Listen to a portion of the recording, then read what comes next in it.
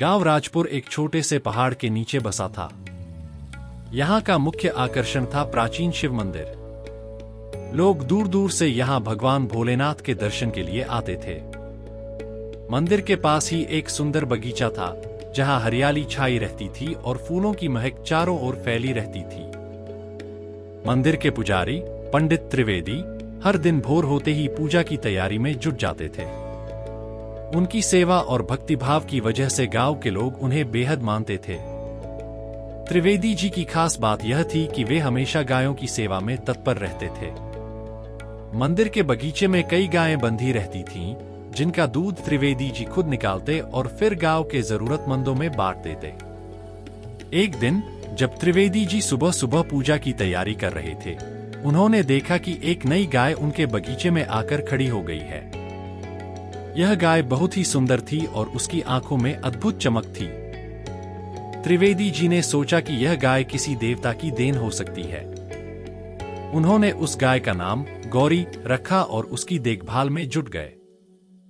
गौरी की आदत थी कि वह हर सुबह शिव मंदिर के बाहर जाकर खड़ी हो जाती और भगवान भोलेनाथ की मूर्ति को टकटकी लगाकर देखती रहती। उसका यह आचरण देखकर गांव के लोग भी हैरान थे। कुछ लोगों का मानना था कि गौरी में भगवान की विशेष कृपा है। गौरी के इस भक्तिभाव ने त्रिवेदी जी को भी बहुत प्रभावित किया। वे अक्सर उसकी ओर देखते और उसकी भक्ति से प्रेरणा लेते। एक दिन उन्होंने सोचा कि गौरी की भक्ति को और गहरा बनाने के लिए वे उसे शिव मंत्र सिखाएंगे। त्रिवेदी जी ने गौरी के सामने बैठकर उसे नमः शिवाय मंत्र का जाप करना शुरू किया। धीरे धीरे गौरी भी इस मंत्र को सुनते सुनते अपने मन में दोहराने लगी। उसकी आंखों में एक विशेष चमक आ गई थी और उसकी भक्ति की गहराई बढ़ने लगी थी। अब हर सुबह गौरी मंदिर के बाहर खड़ी होकर मंत्र का जाप करती और भगवान भोलेनाथ की मूर्ति को निहारती रहती। गौरी की भक्ति की कहानी धीरे धीरे पूरे गांव में फैल गई थी।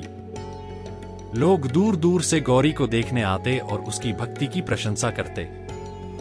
लेकिन इस भक्ति की कहानी कसाई रमेश के कानों तक भी पहुंच गई। रमेश गांव का सबसे निर्दयी व्यक्ति था। उसे केवल पैसे कमाने की धुन थी और उसके लिए वह किसी भी हद तक जा सकता था। रमेश ने सोचा कि अगर वह गौरी को पकड़कर बेच देगा तो उसे अच्छी खासी रकम मिल सकती है।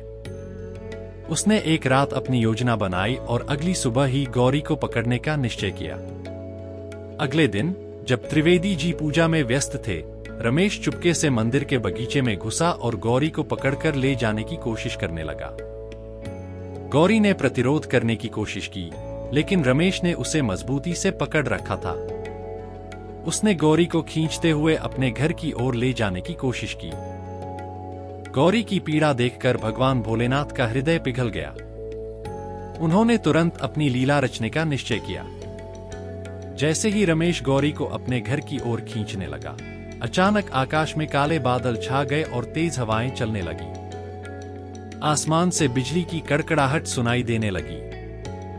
रमेश ने सोचा कि यह अचानक का तूफान उसे रोक नहीं सकता और उसने अपनी पकड़ और मजबूत कर ली। लेकिन तभी एक चमकीली बिजली जमीन पर गिरी और रमेश के सामने भगवान भोलेनाथ की मूर्ति प्रकट हो गई। भगवान भोलेनाथ ने अपनी त्रिशूल से रमेश की ओर इशारा किया और उसे चेतावनी दी, तूने एक भक्त की भक्ति में बाधा डालने की कोशिश की है। अगर तू तुरंत इस गाय को नहीं छोड़ता तो तेरी दुर्गति निश्चित है। रमेश की आंखें फटी की फटी रह गईं। उसने तुरंत गौरी को छोड़ दिया और डर के मारे भाग खड़ा हुआ।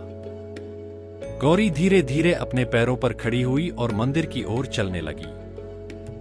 गौरी की इस अद्भुत घटना की खबर पूरे गांव में फैल गई। लोग भगवान भोलेनाथ की इस कृपा को देखकर मंत्रमुग्ध हो गए।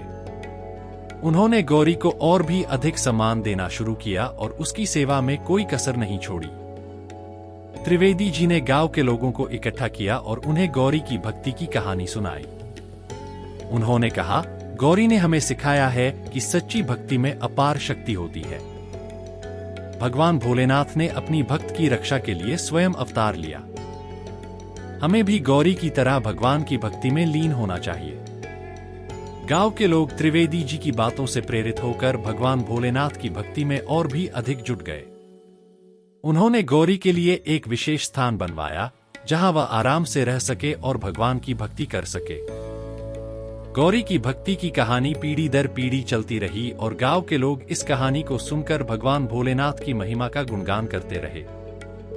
गौरी की भक्ति ने सभी को यह सिखाया कि सच्ची भक्ति में अपार शक्ति होती है और भगवान अपने भक्तों की रक्षा करने के लिए सदैव तत्पर रहते हैं। अगर आपको कहानी पसंद आई तो और भी दिलचस्प कहानियों के लिए चैनल को सब्सक्राइब करें।